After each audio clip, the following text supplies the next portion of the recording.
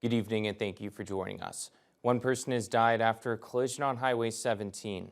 It happened around 6:30 last night near Marathon, involving a transport and a passenger vehicle. The driver of the passenger vehicle was pronounced dead at the scene. OPP say this is an ongoing investigation. We stay on our roads but head into the city, where Thunder Bay police are highlighting an incident that could have ended in tragedy. The Festive Ride program found 2 young drivers last night with alcohol in their systems, driving 100 kilometers an hour down Memorial Avenue. Here's Traffic Sergeant Tom Armstrong. Road conditions are probably less than ideal. Very extreme speeds, which on their own would be downright dangerous. But to make it worse, these drivers were obviously racing each other, which is another aggravating factor. To compound this problem even more, both of these drivers were novice drivers. So both these drivers are supposed to be driving with the utmost care and attention, which they were clearly not doing. On top of that, both these drivers, as novice drivers, have to have a blood alcohol concentration of 0. Neither of these drivers did. Local MP Marcus Palowski is floating an idea about what may be ahead for the federal Liberals. The outspoken member for Thunder Bay Rainy River says Prime Minister Justin Trudeau may choose to prorogue Parliament, but not as a way to hang on to power longer. Instead, Palowski thinks he may do it in order to give his party more time to choose a new leader before an election. And there is a possibility, and one of the possibilities is to have within the party to have a leadership campaign and come up with a new leader before reopening Parliament. And I think that's one of the things that the Prime Minister is probably considering. I mean, ultimately, I leave that decision to him. He's the democratically elected leader of the country. It's up to him to make that decision, but that's certainly a possibility. And I would suggest, like I say, going into an election right now would not be a good idea for us. And I don't think it would be a good idea for the country, because I don't think Poilievre is the better leader. I know a lot of people dislike Trudeau, but I certainly don't think Poilievre is better. A final route has been selected for the Martin Falls Community Access Road. Now the remote community is looking to have more in-depth conversations relating to the residual effects, mitigations, and cumulative effects of the construction process.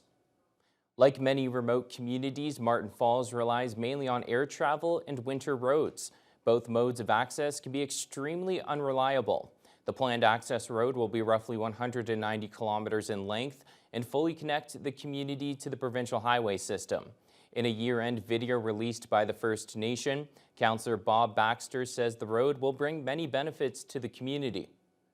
The community access road will make travel safer and lower the cost of food, fuel, and other supplies.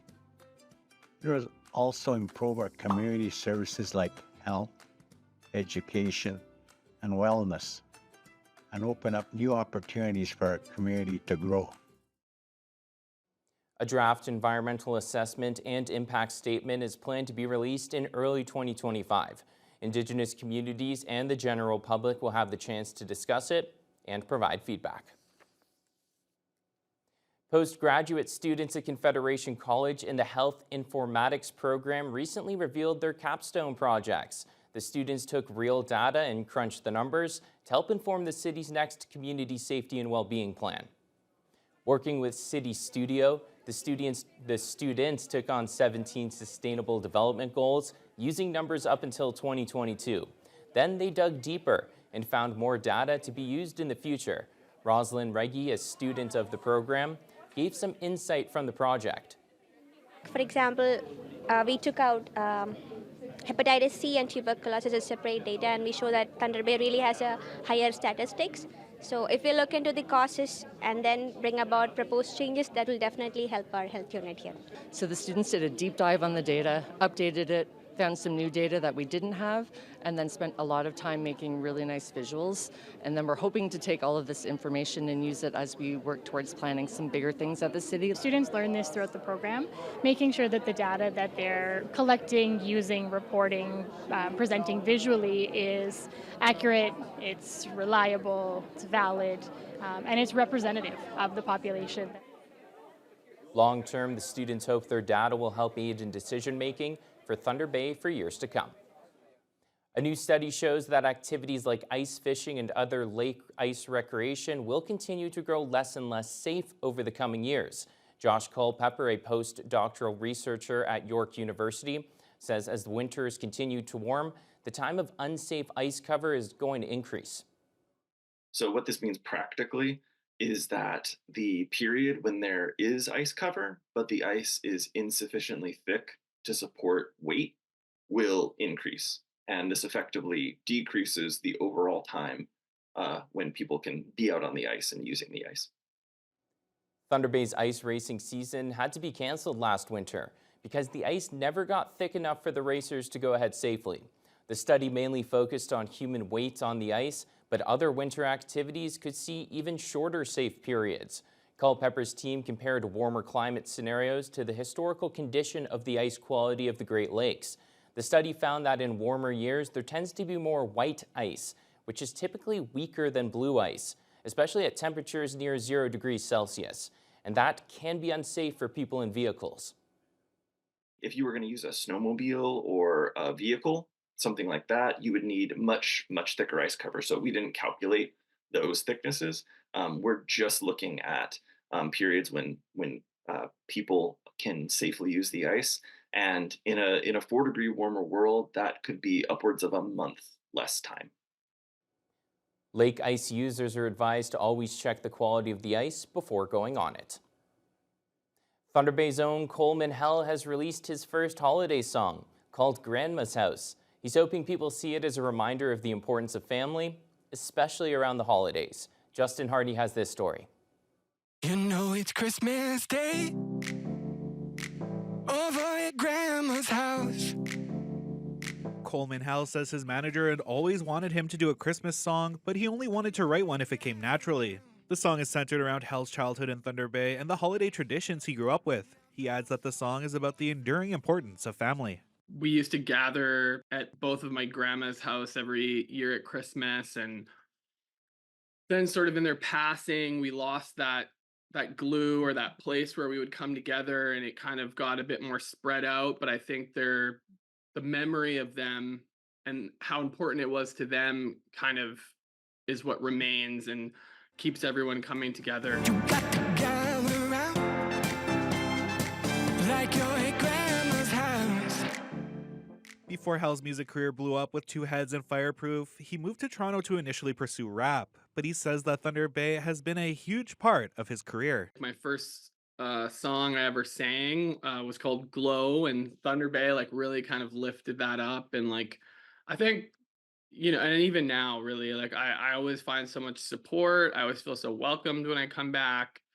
And it's still really a part of who I am, all my formative years were spent there. So I know cities change and evolve over time, but there's this version of Thunder Bay that lives inside of me that is kind of a big part of the artist that I have become. Grandma's House can be streamed on most music platforms. So tell your daddy and your mama, gather around, tell your sister and your brother. Justin Hardy, TBT News. The Thunder Bay man who built his own boat and sailed across the Atlantic will soon be going on more naval adventures. This Saturday, Turk will start competing in a qualifying event for the Mini Globe Race, a 13-month voyage around the world that starts in February. Jessica Clement has this story. There's so many places to go and see and explore and learn the cultures of all these different countries. Thunder Bay local Dan Turk is no stranger to crossing the Atlantic Ocean, doing so in about 6 weeks back in August 2023. He will now make a similar journey later this week as part of a qualifying event for an even bigger race he plans to participate in early next year. The qualifier is from the Canary Islands to Antigua, and you have to, the way the rules were, that you had to do the Transat race to qualify for the Mini Globe Race. So then the Mini Globe Race starts in Antigua towards the end of February. Turk is the only Canadian and one of 2 North Americans accepted for the inaugural 28,000-mile Mini Globe Race, which is expected to take over a year to complete. He plans to race with his 5.8-meter hand-built sailboat, Little B, noting he learned a lot from his last voyage. Knowing the boat, a little bit better was, in terms of my physical space, knowing what things I wanted to do and change and modify and becoming more organized was probably the biggest thing. My meal preparation was pretty good, so I think I might just modify a few things, bring some more fresh fruit with me. Turk will be able to stay in touch with his family and race manager through multiple satellite devices on Little B. He says he'll also be taking exceptional care to reduce the risk of misadventure while preparing as best he can for worst-case scenarios, adding that one of his constant priorities will be keeping an eye out for changes in weather conditions. I don't really want to have to go through a storm in a boat like this.